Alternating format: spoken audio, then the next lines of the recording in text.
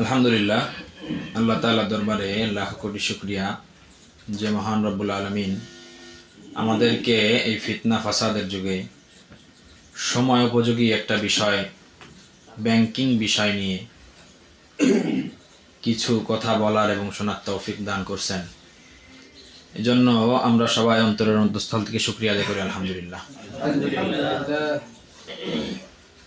আসলে ইসলাম হলো পূর্ণাঙ্গ একটা জীবন বিধান।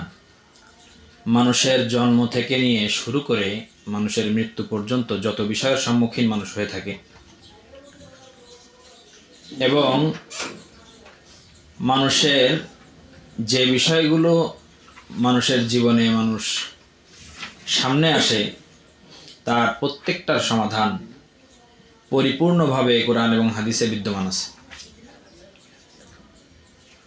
আধুনিক বিশ্বে আমরা যদি চলতে চাই তাহলে আমরা লক্ষ্য করব যে মানুষের জীবন ব্যবস্থার সাথে ব্যাংকিং ব্যবস্থা ওতপ্রোতভাবে জড়িত। যদি আপনার কোনো টাকার প্রয়োজন হয়, অন্য কারো থেকে আপনি ঋণ না পান, তখন আপনার ব্যাংকের কাছেই দৌড়াতে হয়। যখন আপনার টাকা কিছু জমা হয় তখন অন্য কোথাও আপনি নিরাপদ মনে না করলে তখন ব্যাংকের কাছেই জমা রাখেন। বিদেশ থেকে যখন আপনি কোনো পণ্য আমদানি করতে চান তখন ব্যাংকের মধ্যস্থতা ছাড়া এটা সম্ভব হয় না। যখন বিদেশে কোনো পণ্য রপ্তানি করতে চান তখন ব্যাংকের মধ্যস্থতা ছাড়া সম্ভব হয় না। এজন্য ব্যাংকিং ব্যবস্থা, এটা আধুনিক যে অর্থ ব্যবস্থা আছে তার ক্ষেত্রে এটা খুবই জরুরি একটা বিষয় হয়ে দাঁড়িয়েছে। কিন্তু প্রত্যেকটা বিষয়ের যেহেতু ইসলামী দিক নির্দেশনা রয়েছে, সেই হিসাবে ইসলামী ব্যাংকিং ব্যবস্থাটা কি হবে এটা আমাদের জানা খুবই জরুরি।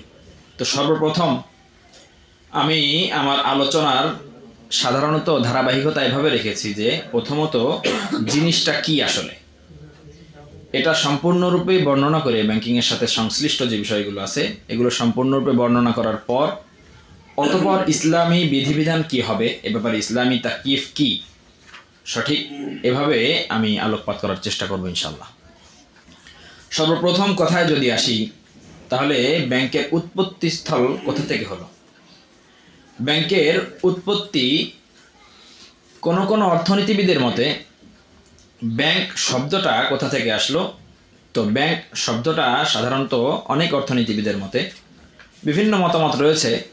অনেক অর্থনীতিবিদের মতেই ব্যাংক শব্দটা ল্যাটিন শব্দ ব্যাংকো, BANCO, ব্যাংকো।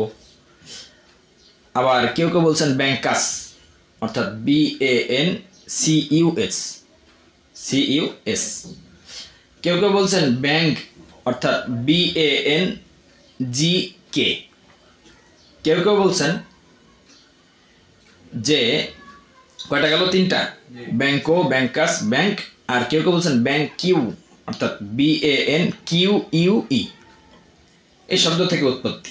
যাই হোক, যে শব্দ থেকে উৎপত্তি হোক না কেন, তো উৎপত্তির কারণ হিসেবে দেখানো হয় যে ইহুদিরা এই শব্দের অর্থগুলো হলো, এই শব্দগুলোর অর্থ হলো যে বেঞ্চ বা অথবা বসার লম্বা টেবিল। যেহেতু ইহুদিরা যখন এই ব্যবসায় লেনদেন করত, ব্যাংকের লেনদেন করত, তখন লম্বা টুল ইত্যাদিতে বসে পরস্পর লেনদেন করত, এজন্য এটাকে ব্যাংক নামে নামকরণ করা হয়। প্রথম কথা, আমাদের উৎপত্তি, শব্দের উৎপত্তি কোথা থেকে আসলো এটা গেল।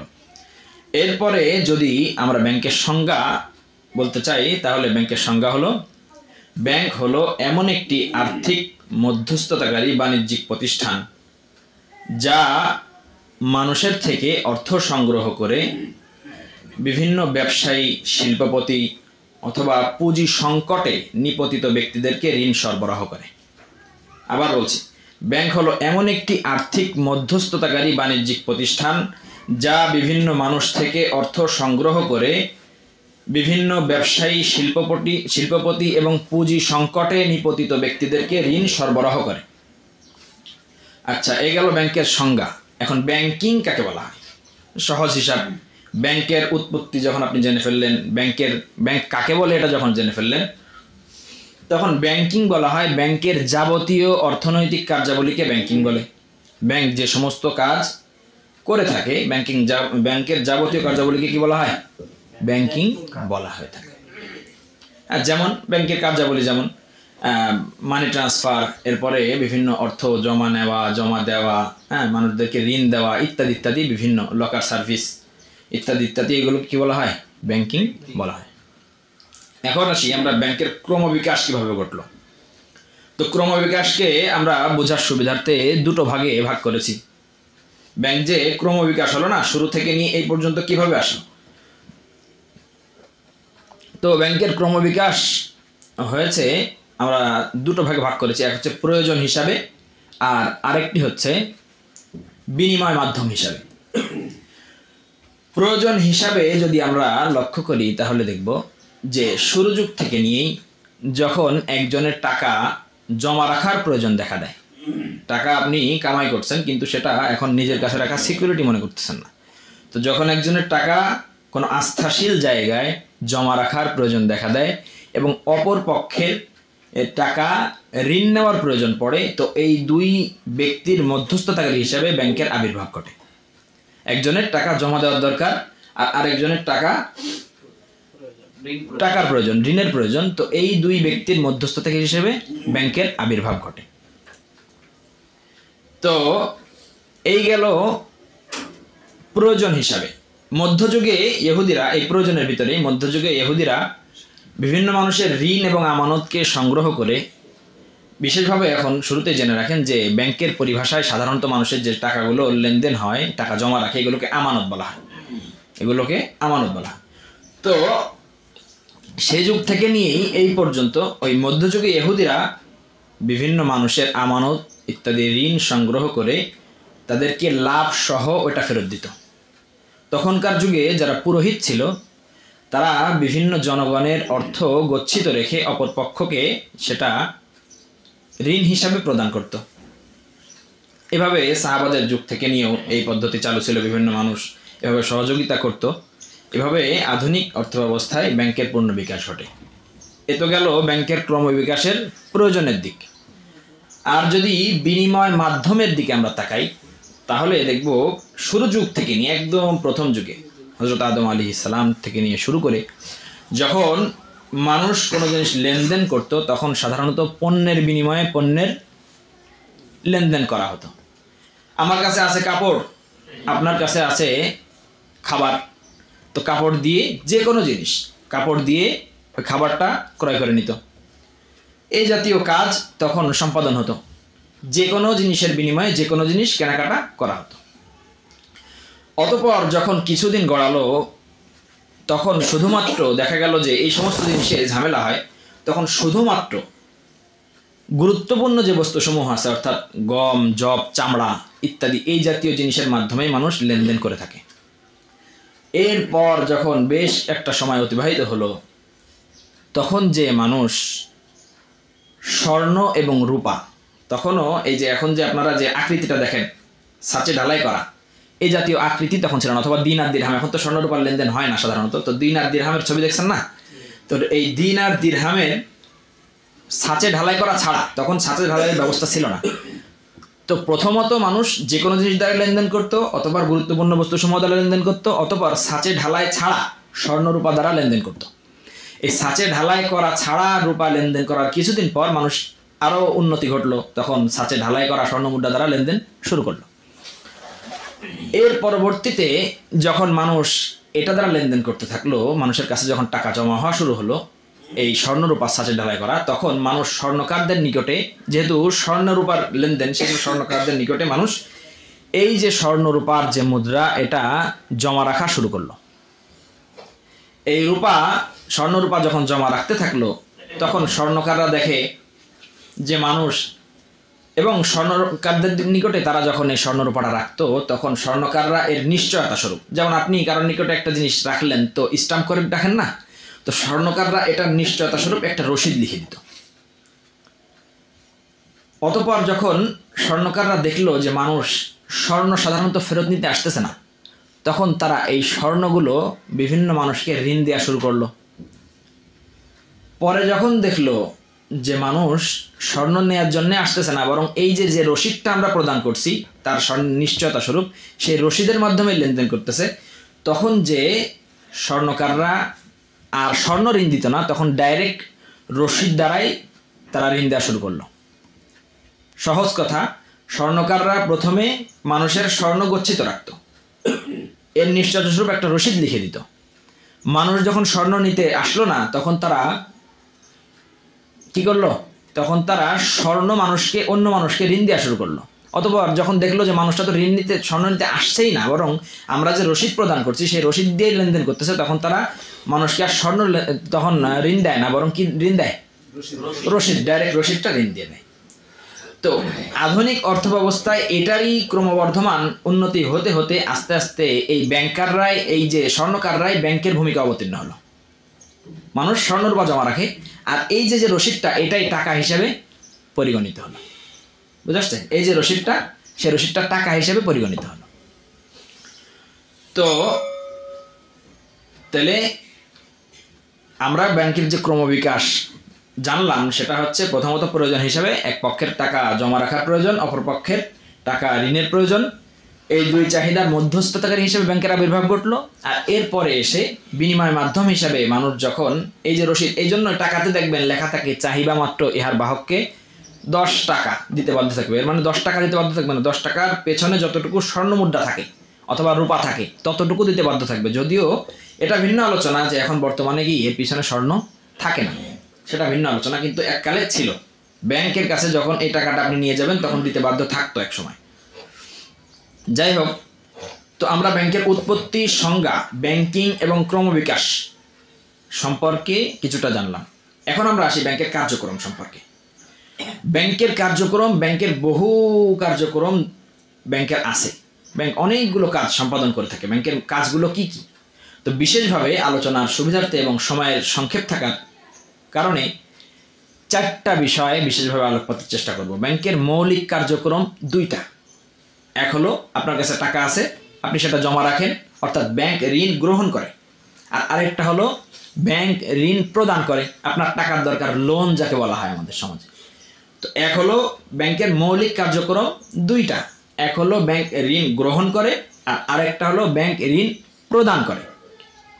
আরও কার্যক্রম আছে মৌলিক কার্যক্রমের ভিতরে, এটাও অন্তর্ভুক্ত যে আমদানি এবং রপ্তানিতে ভূমিকা, এলসি খোলা যাকে বলা হয়, ব্যাখ্যা সামনে আসতেছে।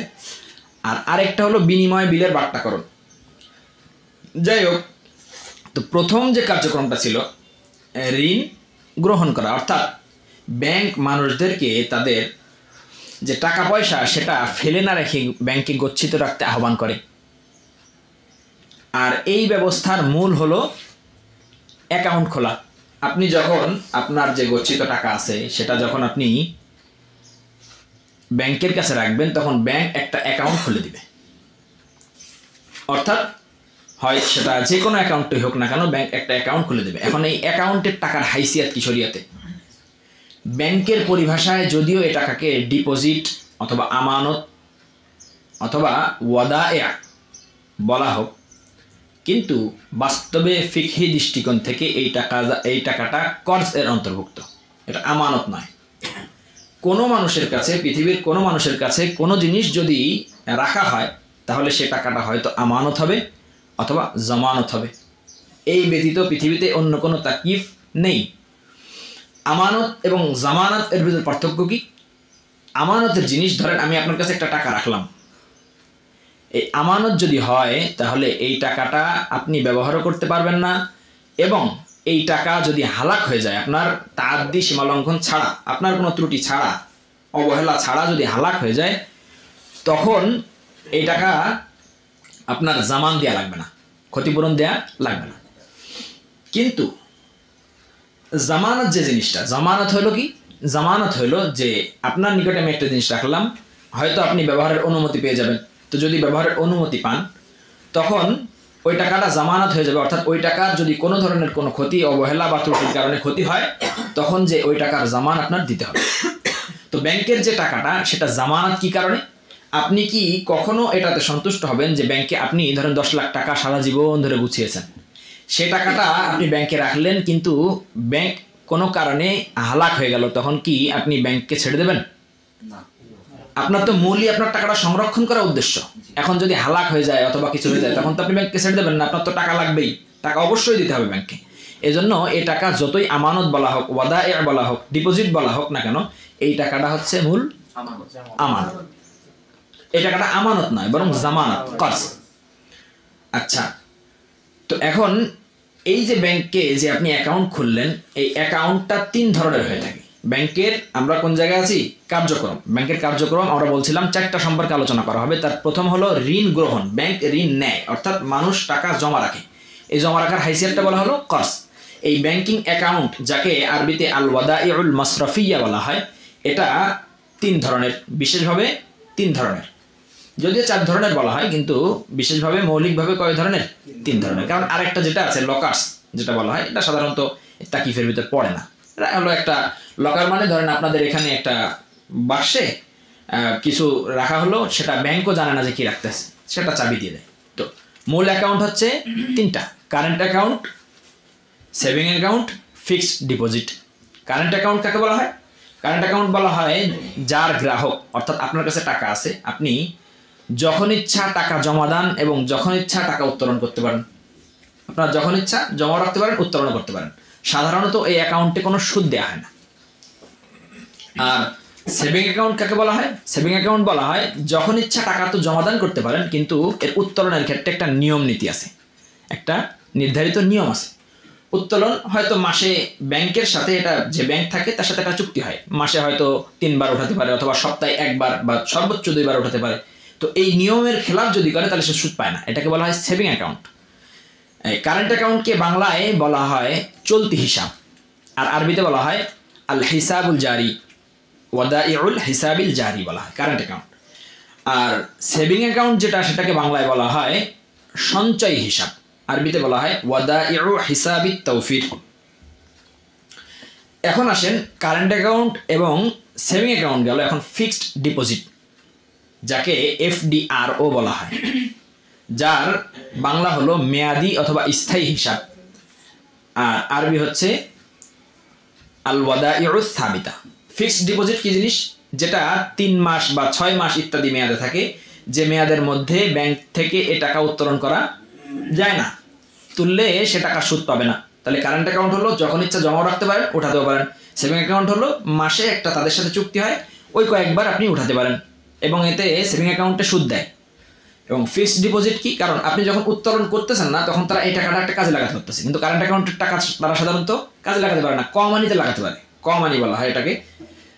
সেটা হলো 1.5 ঘন্টা 1 ঘন্টার জন্য কড়া ঋণে সুদ দেয়। কারেন্ট অ্যাকাউন্টের টাকা এক্ষেত্রে মাঝে মাঝে ব্যয় হয়। তো এখন current account, saving account, fixed deposit সম্পর্কে আমরা সংজ্ঞা জানলাম। এখন এই অ্যাকাউন্টের হুকুম কি? কারেন্ট অ্যাকাউন্টের টাকা ইসলামী ব্যাংক হোক আর সুদী ব্যাংক হোক, যে ব্যাংকেই হোক না কেন, কারেন্ট অ্যাকাউন্টের টাকা যেহেতু যে কোনো সময় উঠাতে পারে, সেহেতু ব্যাংক এই টাকাটাকে সাধারণত সুদী কাজে লাগাতে পারে না। হ্যাঁ, এই যে বললাম যে কমানি, অর্থাৎ 1-1.5 ঘন্টার জন্য কড়া সুদে ঋণ খাটায় মাঝে মাঝে, কিন্তু এটা যেহেতু খুব সীমিত পরিসরে হয়ে থাকে, এজন্য এর এই সুদের যে নিসবত, হারামের নিসবত, এটা অ্যাকাউন্ট হোল্ডার যারা আছে তাদের দিকে যাবে না। অ্যাকাউন্ট হোল্ডার যারা আছে, কারণ এটা ইয়ানাত আলাল মাসিয়াত, আপনি পড়ছেন ইয়ানাত আলাল মাসিয়াতের একটা আছে না, সাবাবে বাঈদ। তো সাবাবে বাঈদ হইলে মাকরুহে তানজিহ হয় না? তো সেই হিসাবে সাধারণ অবস্থায় যদি প্রয়োজন না থাকে, তাহলে তখন এটা কি হবে? মাকরুহে তানজিহ হবে। কারেন্ট অ্যাকাউন্ট খোলা মাকরুহে তানজিহ হবে। হ্যাঁ, যদি কারোর প্রয়োজন দেখা দেয়, তখন এই কারাহাতে তানজিয়া এটা উঠে যাবে এবং এটা কি হয়ে যাবে? বৈধ হয়ে যাবে কারেন্ট অ্যাকাউন্টে। তাহলে কারেন্ট অ্যাকাউন্ট খোলা সাধারণ অবস্থায় মাকরুহে তানজিহি, তবে যদি হাজত হয় তখন কি হবে? তখন জায়েজ হয়ে যাবে। আর ফিক্সড ডিপোজিট এবং সেভিং অ্যাকাউন্ট যেটা, সেটার টাকা যেহেতু সুদী ব্যাংকে সুদ দেয়, যেহেতু আপনি একটা নিয়ম মাফিক উঠাতে পারেন, যে কোনো সময় উঠাতে পারেন না, সেই হিসাবে তারা নিশ্চিন্ত মনে এটা সুদে লাগায়। ফিক্সড ডিপোজিটেরটা বেশি লাগায়, যত মেয়াদ হয়, যদি 1 বছর মেয়াদ হয় তাহলে এক পরিমাণ দেয়, যদি 2 বছর হয় তাহলে আরও বেশি সুদ দেয়। যেহেতু নিশ্চিত তারা যে এই সময়ের মধ্যে টাকা উঠাচ্ছে না, সেহেতু তারা বড় বড় ব্যবসা বা বিভিন্ন প্রতিষ্ঠানে ঋণ দেয়, দিয়ে তারা লাভ কামায়। তো সুদী ব্যাংকে এই যে সেভিং অ্যাকাউন্ট এবং ফিক্সড ডিপোজিট খোলা হারাম, স্পষ্ট হারাম, এ ব্যাপারে কোনো তাবিলের অবকাশ নেই। আর ইসলামী ব্যাংকে যদি হয় তখন যে আপনারা আমাদের দেশে যে সমস্ত ইসলামী ব্যাংকের দাবিদার মুজারাবা বা বিভিন্ন ক্ষেত্রে তারা দাবি করে যেগুলো, এগুলো ইসলামী শরিয়া পরিপালনের ব্যাপারে পরিপূর্ণ নিশ্চিত না হওয়ার কারণে এই দুই অ্যাকাউন্ট খোলাও যাবে না। কারণ কি? কারণ তারা এই যে মুজারাবার যে মৌলিক নীতি, মৌলিক যে নিয়ম, সেটার পরিপূর্ণ লক্ষ্য তারা করে না। হ্যাঁ, তো সহজ কথা, মুজারাবা কি? মুজারাবার সূরাত যেহেতু বিভিন্ন লোক রয়েছেন, সেই হিসাবে মুজারাবা হচ্ছে এক পক্ষ থেকে টাকা আর এক পক্ষের শ্রম। আমি টাকা দিচ্ছি, তুমি কাজ করো। এ হলো কি, যে টাকা দিল সে রব্বুল মাল, আর যে কাজ করতেছে সে মুজারিব। বুঝতে পারছে? তো এই ফিক্সড ডিপোজিট এবং সেভিং অ্যাকাউন্টের ক্ষেত্রে কি হবে? এই যে অ্যাকাউন্ট হোল্ডার যে টাকাটা রাখতেছে ইসলামী ব্যাংকে, যদি শরিয়া সঠিকভাবে পরিপালিত হয়, তখন যে এই যে টাকাটা রাখতেছে সে হবে রব্বুল মাল, আর ব্যাংক হবে মুদারিব। হ্যাঁ, আর যে টাকাটা রাখতেছে সেটা হবে রাসুল মাল। বুঝতে পারছে? আচ্ছা, এই গেল ব্যাংকের কার্যক্রমের প্রথম যে ধাপ, ঋণ গ্রহণ, শরঈ হুকুম সহ গেল। আচ্ছা, এখন আসেন এই যে ঋণ দান, ব্যাংকের যে কি দ্বিতীয় কাজ, ফাইন্যান্সিং, লোন অথবা ব্যাংক লোন যাকে বলা হয়। হ্যাঁ, অন্যতম কাজ যে আপনার বাড়ি করতে, গাড়ি করতে ইত্যাদি বিভিন্ন কাজে আপনার টাকার প্রয়োজন, তখন আপনি কি করবেন? লোন গ্রহণ করবেন। তো এক্ষেত্রে এই যে লোন প্রদান, ব্যাংকের কাছ থেকে আপনি যে টাকাটা গ্রহণ করেন, এটা ব্যাংক ইচ্ছা করলেই আপনাকে পরিপূর্ণ টাকা দিতে পারে না, বরং ব্যাংকের যে মোট টাকা থাকে সে টাকার 40% সাধারণ ব্যাংকে, কেন্দ্রীয় ব্যাংকে জমা রাখতে হয়। 40%, 100 ভাগের ভিতরে 40 ভাগ কেন্দ্রীয় ব্যাংকে জমা রাখতে হয়। কারণ ব্যাংক যদি হঠাৎ করে গায়েব হয়ে যায়, হাওয়া হয়ে যায়, তখন সাধারণ জনগণ যারা আছে এদের কি হবে? এই জন্য কেন্দ্রীয় ব্যাংক নিশ্চয়তার জন্য, সিকিউরিটির জন্য 40% কেন্দ্রীয় ব্যাংকের কাছে জমা রাখতে হয়। আর 30%, 40-এর পরে বাকি 30% ব্যাংক বিভিন্ন প্রাইভেট প্রতিষ্ঠান অথবা ব্যক্তিকে ঋণ দিতে পারে। আর 5% ব্যাংকের নিজের কাছে রাখতে হয়। তাহলে কত গেল? 75 গেল না? আর বাকি যে 25% আছে, এই 25% ব্যাংক সরকারি বিভিন্ন ঋণপত্র ক্রয় করা অথবা সরকারি বিভিন্ন প্রতিষ্ঠানকে ঋণ দিতে বাধ্য থাকে। এ হলো 100%-এর হিসাব। হ্যাঁ, তো এই গেল হচ্ছে ঋণ দান। এরপরে তৃতীয় যে কার্যক্রম সেটা হচ্ছে এলসি খোলা। এর যে বিস্তারিত ব্যাখ্যা ইসলামী তাকিফ, এটা পরে বলতেছি, আগে কার্যক্রমগুলো বলে নিই যেহেতু সময় সংক্ষেপ। তো এলসি খোলা, এলসি কি জিনিস? ধরেন আপনার আমেরিকা থেকে আপনি তুলা নিয়ে আসবেন, কারণ আপনি ধরেন এই দেশে গার্মেন্টসে করা হয় না, কাপড় বানানো হয়, তো কাপড় বানাতে গেলে কি লাগে? তুলা লাগে। তো এই তুলা নিয়ে আসবেন আমেরিকা থেকে। এখন যে আপনি কি সরাসরি ওই যে আমেরিকার যে ব্যক্তি তুলার যে মূল কোম্পানি অথবা যে ব্যক্তি তুলা বিক্রি করবে তার সাথে লেনদেন করতে পারবেন? ওই ব্যক্তি নিশ্চয়তা চাবে যে আমি যদি তুলা পাঠাই দিই তাহলে বাস্তবেই সে, এই ব্যক্তি, বাংলাদেশের যে ব্যক্তি কিনতে যাচ্ছে, সে বাস্তবেই কি করবে? টাকাটা পাঠিয়ে দেবে। আবার এই ব্যক্তিও নিশ্চয়তা চায় যে আমি যদি টাকা পরিশোধ করি তাহলে সে মালটা আমার এই দেশে পাঠিয়ে দেবে আমার কাছে নিশ্চিতভাবে। তো এই উভয় জন, রপ্তানিকারক এবং আমদানিকারক, উভয় ব্যক্তি নিশ্চয়তা চায়। রপ্তানিকারক যখন নিশ্চয়তা চায় যে আমি যে পণ্যটা পাঠাবো, আমি যে তুলাটা পাঠাবো, তো এই ব্যাপারে আমাকে নিশ্চয়তা দেন, আমাকে গ্যারান্টি দেন যে আসলেই আমার টাকাটা পরিশোধ করে দেবেন। আমি জিনিস পাঠিয়ে দিলাম কিন্তু এদেশ থেকে কিছু আসলো, তাহলে তো হবে না। তো তখন এই যে আমদানিকারক সে ব্যাংকের কাছে যায়, যে বলে আমি অমুক ব্যক্তি থেকে অথবা অমুক কোম্পানি থেকে আমি তুলা নিয়ে আসতে চাই। তখন এই দেশের যে ব্যাংক, আমদানিকারক ব্যাংক, সে ওই দেশের ব্যাংককে নিশ্চয়তা প্রদান করে যে হ্যাঁ তুমি তুলা নিশ্চিন্তে পাঠাতে পারো, আমি এ যদি টাকা পরিশোধ না করে আমি টাকা পরিশোধের জামানত নিলাম, গ্যারান্টি দিলাম। তখন যে ওই যে রপ্তানিকারক সে তখন কি করে, এবং এই যে নিশ্চয়তা পত্র যেটা এই ব্যক্তির কাছে এটা সমর্পণ করে, যেটাকে বলা হয় লেটার অফ ক্রেডিট, ইংরেজিতে বলা হয় লেটার অফ ক্রেডিট, সংক্ষেপে বলা হয় এলসি, সংক্ষেপে এলসি। তো এটা এই আমদানিকারক সংগ্রহ করে ওই রপ্তানিকারকের কাছে পাঠিয়ে দেয়। রপ্তানিকারক যখন এটা ওই দেশে নিয়ে যেয়ে ওই দেশের ব্যাংককে দেখায়, তখন যে ব্যাংক কি করে, রপ্তানি করতে উৎসাহিত হয় এবং সে নিশ্চয়তা পায়। আচ্ছা, তো এজন্য এই যে উভয় দেশের ব্যাংক যে গ্যারান্টিটা নিল এই জন্য উভয় দেশের ব্যাংক সুদ গ্রহণ করে। প্রচলিত পদ্ধতিতে উভয় দেশের ব্যাংক কী করে? সুদ গ্রহণ করে। এখন তাদের এই যে তারা যে জিনিসটা নেয় এটা তারা তিনভাবে নিতে পারে। আমদানিকারক ব্যাংক তিনটা জিনিস করে, এক হলো ওয়াকালাত, আরেকটা হলো কাফালাত, আরেকটা হলো কার্জ। ওয়াকালাত কি জিনিস? ওয়াকালাত হলো সে যে এই যে এর কাগজপত্র রপ্তানিকারকের কাছ থেকে নেওয়া এবং আমদানিকারকের কাগজ পৌঁছানো, এই ভূমিকাটা তারা পালন করে। এই জন্য সে হলো ব্যাংকের ওকিল, জিনিসটা পাঠানো এবং গ্রহণ করার ব্যাপারে, অ্যাকসেপ্ট করার ব্যাপারে। তো ওয়াকালাত। আর কাফালাত কি? কাফালাত হলো সে যে জামান, সে যে কি করলো, জামিন হলো, গ্যারান্টি দিল যে সে যদি টাকা না দেয় তাহলে আমি দিয়ে দেবো। এটা হলো কি? সে ওকিল হইলো এবং সাথে কাফিলও হইলো। সাথে সাথে যদি এই ব্যক্তি এই এলসি যখন খোলে তখন যদি টাকাটা পরিশোধ না করে তখন কি হলো, তাকে কর্জ প্রদান করে। কর্জ দিয়ে এরপর বিদেশের থেকে জিনিস নিয়ে আসে, পরে এর কাছ থেকে নিয়ে নেয়। এই গেল এই রপ্তানি, এই আমদানিকারকের ব্যাংক। আর রপ্তানিকারকের ব্যাংক সে কোনো জিনিসের কাফালাত প্রদান করে না, বরং আর বাকি যে দুইটা জিনিস ওয়াকালাত এবং কার্জ, এই দুটো জিনিস করে থাকে। সে ওকিলও হয়, আবার ক্ষেত্র বিশেষ এখনও টাকা আসেনি তখন সে ঋণ দিয়ে কি ওই জিনিসটা পাঠানোর ব্যবস্থা করে। আচ্ছা, আর 4 নম্বর কার্যক্রম, ব্যাংকের 3টা কার্যক্রম আমরা পড়লাম, ঋণ গ্রহণ, ঋণ দান এবং আমদানি রপ্তানিতে ভূমিকা অর্থাৎ এলসি। এবং 4 নম্বর যেটা, সেটা হচ্ছে বিনিময় বিলের বাট্টাকরণ।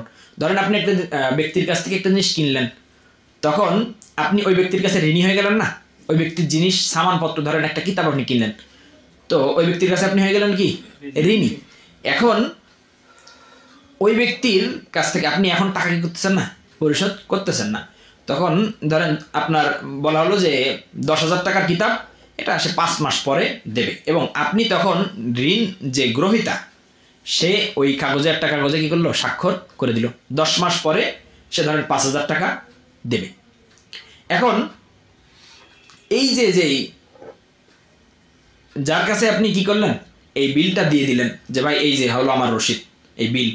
তো এই বিলটা এখন ওই যে যে বিক্রি করলো, বিক্রেতা, ঋণ দাতা, তার আবার অনেক সময় 5 মাস ধৈর্য ধরা সম্ভব হয় না। তার অনেক সময় তৎক্ষণাৎ টাকার দরকার হয়। তখন সে করে কি? তৃতীয় পক্ষের কাছে যায়। তৃতীয় পক্ষের কাছে যায়, বলে এই দেখো আমি কিন্তু 5 মাসের ভিতরেই 10,000 টাকা পাচ্ছি, তো তুমি আমাকে কি দাও, এটা একটু বাট্টা করে দাও। বাট্টা করা কাকে বলা হয়? তখন এই যে তৃতীয় ব্যক্তি সাধারণত ব্যাংক হয়ে থাকে, ব্যাংকের কাছে সাধারণত ব্যবসায়ীরা যায় যে আমার কাছে এই যে প্রমাণ আছে, এখন তুমি এটার বাট্টা করে দাও। তখন ব্যাংক করে কি, ধরেন 10,000 টাকা দেওয়ার কথা ছিল 5 মাস পরে, তখন ব্যাংক এখানে 9,000 টাকা দেয়। 9,000 টাকা দেয় এবং তৎক্ষণাৎ টাকাটা দিয়ে দেয়। ব্যাংক ওই ব্যাপারে খুশি, ওই ব্যক্তিও খুশি। ওই ব্যক্তি হলো তৎক্ষণাৎ টাকা পেয়ে যাচ্ছে, আর ব্যাংকও খুশি কি, যে না টাকা কম দেওয়া লাগতেছে, আমি তো পেয়ে যাচ্ছি। এই হলো ব্যাংকের মৌলিক 4টা কার্যক্রম। এখন আসেন শরঈ তাকিফ। তো শরঈ তাকিফ প্রথমটার তো বলে দেওয়া হয়েছে যে কি, ঋণ গ্রহণ, ব্যাংক যে ঋণটা রাখে তার কাছে, অ্যাকাউন্টের বিধান। কারেন্ট অ্যাকাউন্ট বলা হলো, সেভিং অ্যাকাউন্ট, ফিক্সড ডিপোজিট উভয়। ইসলামী এবং সুদী ব্যাংকে বলা হলো কারেন্ট অ্যাকাউন্ট কি সাধারণত মাকরুহে তানজিহি, তবে যদি হাজতে আম হয় অথবা হাজত হয় তাহলে কি হবে, জায়েজ হবে। ইসলামী এবং সুদী উভয়টাতেই। আর সুদী ব্যাংকে ফিক্সড ডিপোজিট এবং সেভিং অ্যাকাউন্ট খোলা জায়েজ নেই। আর ইসলামী ব্যাংকে এই উভয়টা যদি শরিয়া পরিপালন হয় তাহলে কি হবে, জায়েজ হবে। এবার আসেন ঋণ প্রদান, অর্থাৎ ব্যাংক যে ঋণটা দান করে, হ্যাঁ এটা। তো এই ঋণ দানের ক্ষেত্রে প্রথম কথা হচ্ছে যে ঋণ যে ব্যক্তিকে ব্যাংকের কাছে একজন গেল ঋণ নিয়ে আসতে, এটা সাধারণত সুদী ব্যাংকে কি হয়ে থাকে, সুদ দেয়। ঋণ লাগবে, তো ধরো তোমার 10,000 টাকা ঋণ লাগবে, ঠিক আছে আমি এখন 10,000 টাকা দিচ্ছি, তুমি 5 মাস পরে আমাকে 11,000 টাকা দিও। এই জাতীয় কী করে, সুদের ভিত্তিতে ঋণ দান করে থাকে। কিন্তু আমরা যদি ইসলামিক পদ্ধতি অবলম্বন করি তাহলে আমরা দেখবো যে শিরকাত এবং মুজারাবা, শিরকাত এবং মুজারাবা। সেটা কিভাবে, ধরেন ওই ব্যক্তি কি করবে, একটা কাজ করবে, তো ওই ব্যক্তিরও কিছু টাকা পুঁজি আছে, এখন ব্যাংকও কিছু টাকা পুঁজি দিল, তাহলে কি হয়ে গেল, ব্যাংকও শরিক হয়ে গেল ওই কাজটার ভিতরে। এখন তারা যে হার নির্ধারণ করবে সেই হারে কি পাবে, লাভ পাবে। মুজারাবা কি, ব্যাংক ধরেন ওই ব্যক্তি মোটেই পুঁজি নেই, তাহলে ব্যাংক পরিপূর্ণ কি করলো, ব্যাংক পরিপূর্ণ টাকাটা দিল, তখন ব্যাংক হয়ে গেল রব্বুল মাল। আর ওই যে অ্যাকাউন্টে ওটা কি ছিল, ব্যাংক ছিল মুজারিব, অ্যাকাউন্টে যে টাকা রাখতেছেন ওইটাই ইসলামিক পদ্ধতি, ব্যাংক ছিল মুজারিব। আর এই ক্ষেত্রে ব্যাংক হচ্ছে রব্বুল মাল, যেহেতু ব্যাংক টাকা দিচ্ছে, টাকা যে দেয় সে কি হয়, রব্বুল মাল। আর ওই ব্যক্তি হচ্ছে মুজারিব। আর যে টাকাটা ব্যাংক লোন দিচ্ছে সেটা কি, রাসুল মাল।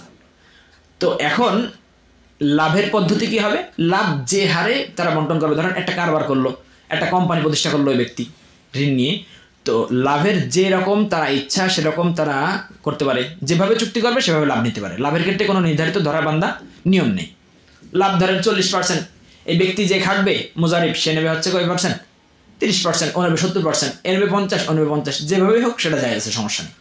কিন্তু লোকসান নির্ধারণের ক্ষেত্রে এটা পুঁজি অনুপাতেই হতে হবে। এই জন্য ফিকহি ইসতিলাহ ফিকহির কিতাবে আছে যে আর রিবহু আলা মাসতালাহু আলাইহি ওয়াল ওয়াজিয়াতু বিকদরি রাসিল মাল। আল ওয়াজিয়া আর রিবহু লাভ হলো আলা মাসতালাহু আলাইহি, তারা যেভাবে চুক্তি করবে সেভাবে নিতে পারবে, কোনো সমস্যা নেই, পার্সেন্ট যেভাবে নির্ধারণ করুক। কিন্তু যেই ক্ষতি যেটা সেটা বিকাদরি ওয়াল ওয়াজিয়াতু বিকাদরি রাসিল মাল, রাসুল মাল অনুপাতের থেকে বেশি হতে পারে না। যখন ক্ষতি হবে তখন যে মুজারিব তার শ্রম পণ্ড যাবে, তার শ্রম বৃথা যাবে, আর যে হচ্ছে ব্যাংক তার কি যাবে, ওই পুঁজি ওই হারে বাদ যাবে, লোকসান হবে। তো প্রথম হচ্ছে শিরকাত এবং মুজারাবা। কিন্তু শিরকাত আর মুজারাবার ক্ষেত্রে সমস্যা দেখা দেয় কিছু, যেমন দেখা যায় যে অবিশ্বস্ততা। ব্যাংক ওই ব্যক্তিকে টাকা দিল, কিন্তু ওই ব্যক্তি কী করবে, এখন তো কারোর ভিতরে আমানতদারিতা নেই, আর আমানতদারিতা না হলে এই জন্য ইসলামী খেলাফত খুব দরকার।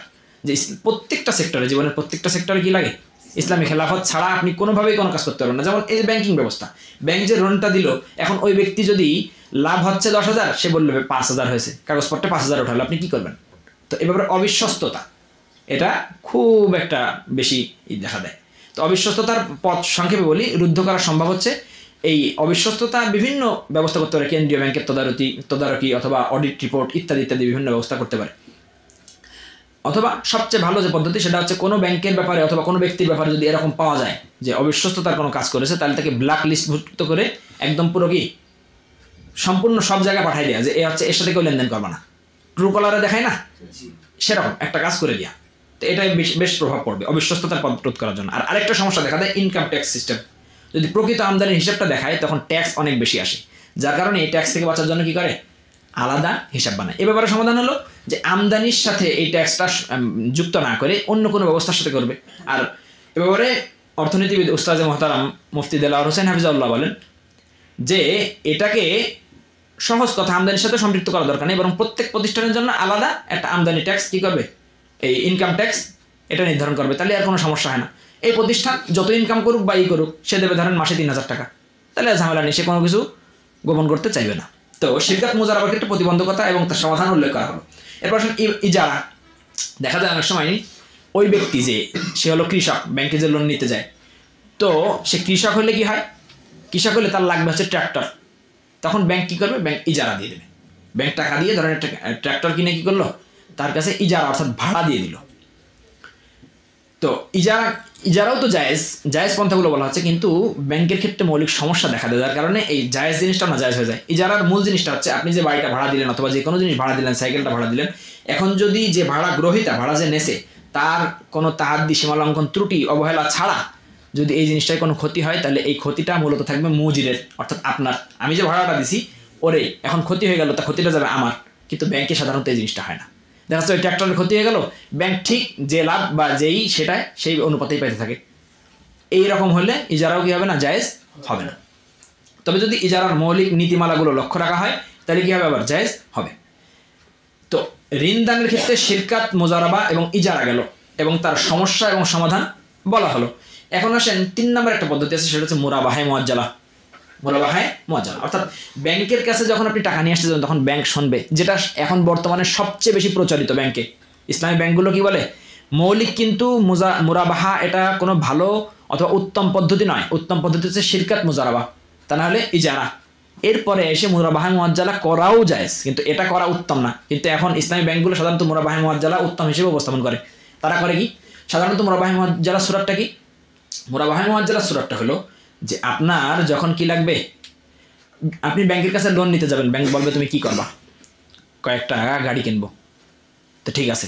তখন ব্যাংক করে কি, ব্যাংক সরাসরি ব্যাংকের যায়, ব্যাংক একটা গাড়ি কিনে ওই ব্যক্তির কাছে, ব্যাংক কিনলো দেখেন 10 লাখ টাকায়, ওই ব্যক্তির কাছে কয় ঠিক আছে 10 মাস পরে টাকা দিবা, হচ্ছে 15 লাখ টাকা। ব্যাংক কিনলো 10 লাখে, ওর কাছে বিক্রি করলো কততে, 15 লাখে। এটা হচ্ছে মুরাবাহায়ে মুআজ্জালা। মুরাবাহা মানে লাভে বিক্রি করলো না 5 লাখে, আবার মুআজ্জালা দেরিতে টাকা নেবে। তো এই মুরাবাহায়ে মুআজ্জালা বাস্তবিক যদি শরঈ পদ্ধতি অনুসরণ করে হয় তাহলে তো কোনো সমস্যা নেই, কিন্তু সাধারণত ব্যাংকগুলোতে কী করা হয় না, মুরাবাহায়ে মুআজ্জালার সূরাতগুলো করা হয় না। ব্যাংক করে কি, ও খালি শোনে যে তোমার কি লাগবে, ও আচ্ছা গাড়ি, ঠিক আছে, তখনই একটা কাগজে সই নিয়ে সব কিছু ওর ঘাড়েই দিয়ে দেয়। ওই ব্যক্তি যে গাড়ি কেনে ব্যাংকের পক্ষ থেকে উকিল হয়ে, ওই ব্যক্তিই গাড়ি কেনে, আবার ওই ব্যক্তি কি করে নিজের কাছে আবার নিজেই মালিক হয়ে যায়।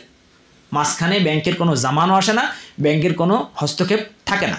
এরকম যদি হয় তাহলে নাজায়েজ। কারণ বাইব্যাক হয়, দেখা যায় অনেক সময় কি হয় বাইব্যাক, অর্থাৎ দেখা যায় যে ওই ব্যক্তি ধরেন তার গাড়ি লাগবে, সে বলে কি মানে কৃত্রিম আমল করা হয়, ওই ব্যক্তির গাড়ি লাগবে, কিন্তু দেখা যায় যে তার গাড়িটাই ব্যাংক কী করে ওই ব্যক্তির কাছে আগের থেকে আছে, তার গাড়িটা, কারণ মূল হচ্ছে কি লোন নেবে, তখন করে কি ওর গাড়িটা ধরেন 10 লাখ টাকা দাম, ব্যাংক কেনে হচ্ছে 8 লাখ টাকায়, ওর কাছে বিক্রি করে 10 লাখ টাকা, তাহলে কি অতিরিক্ত টাকা পাইলো না? তো এই জাতীয় সুতো অবলম্বন করে বাইব্যাক করে। অনেক সময় ব্যাংকের জামান আসে না, অথবা ধরেন বাস্তবিকই মুরাবাহা হইলো, ওই ব্যক্তির কাছে নেই, কিন্তু কি করে অনেক সময় ব্যাংকের জমানতে আসে না, ধরেন ব্যাংকের কাছে শুনলো যে কী কিনবা, আর গাড়ি কিনবো, ঠিক আছে, তো ব্যাংক তখন ওই ব্যক্তিকে উকিল বানায় দেয়। ওই ব্যক্তিকে উকিল বানালে কি হয়, ওই ব্যক্তি নিজেই কেনে, কেনার পরে ওই ব্যক্তি নিজেই নিজের কাছে বিক্রি করে দেয়। তখন যে মৌলিক যে জমান, হ্যাঁ মাঝখানের যে জমানটা, সেই জমানটা কি আসে না, ওই ব্যক্তির কাছে আসে না।